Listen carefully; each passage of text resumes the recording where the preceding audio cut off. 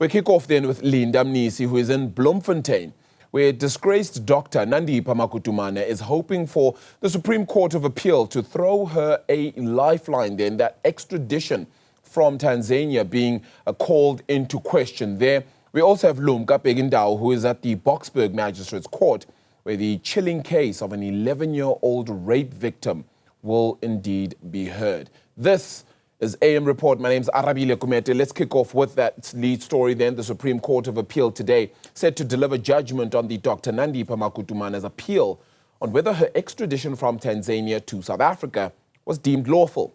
She approached the court last November, insisting that her rights were violated during her arrest and extradition alongside Thabo Bester in 2023. Now, she faces charges of fraud, corruption, and the violation of bodies. Linda Mnisi joins us live with more on this one then from Bloemfontein. Linda, it's been a more than 2-year saga then that has continued to grip the country. And now we may just find out, at the very least, if the extradition was deemed lawful, and then where to from here? Well, Arabile, you'd know that the Bloemfontein High Court had already ruled on what it made of that particular process where Dr Nandipha Magudumana was essentially handed over to the South African government or authorities, who said that they were led by the Home Affairs Department. And he indicated that because of that handover, they were in fact extraditing Dr Nandipha Magudumana, labeling this as an extradition disguised as a deportation, which is something that is frowned upon by the international law.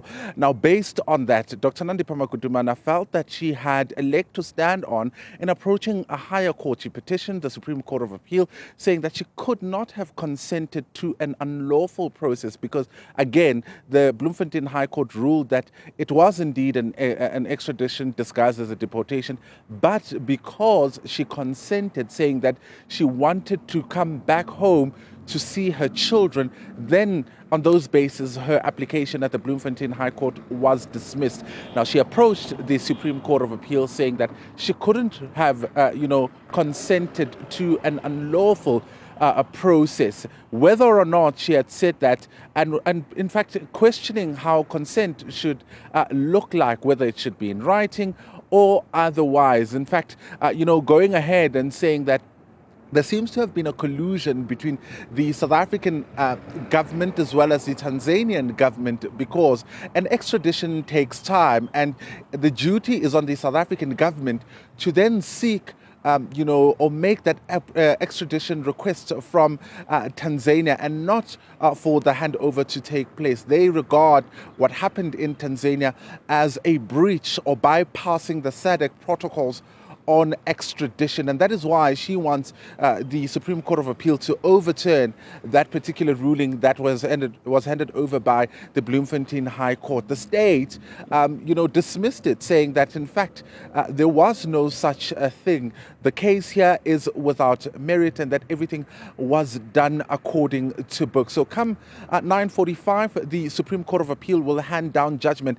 It does, Arabile, have an impact on the case here in South Africa that is related to the prison escape of Thabo Bester, in that it was postponed in January to July to allow all of these processes to take place.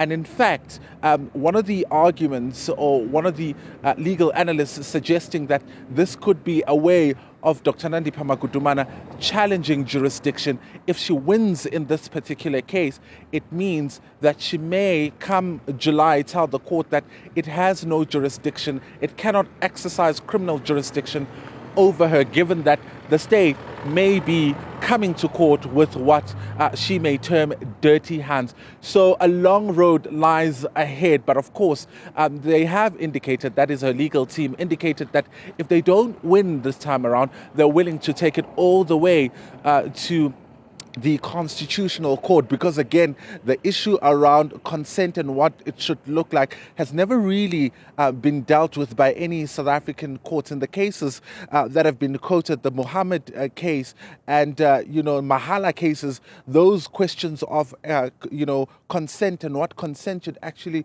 look like were not dealt with explicitly. So they want those issues dealt with by this entire process. So it seems like it's going to really be a long road until we see an end to this matter.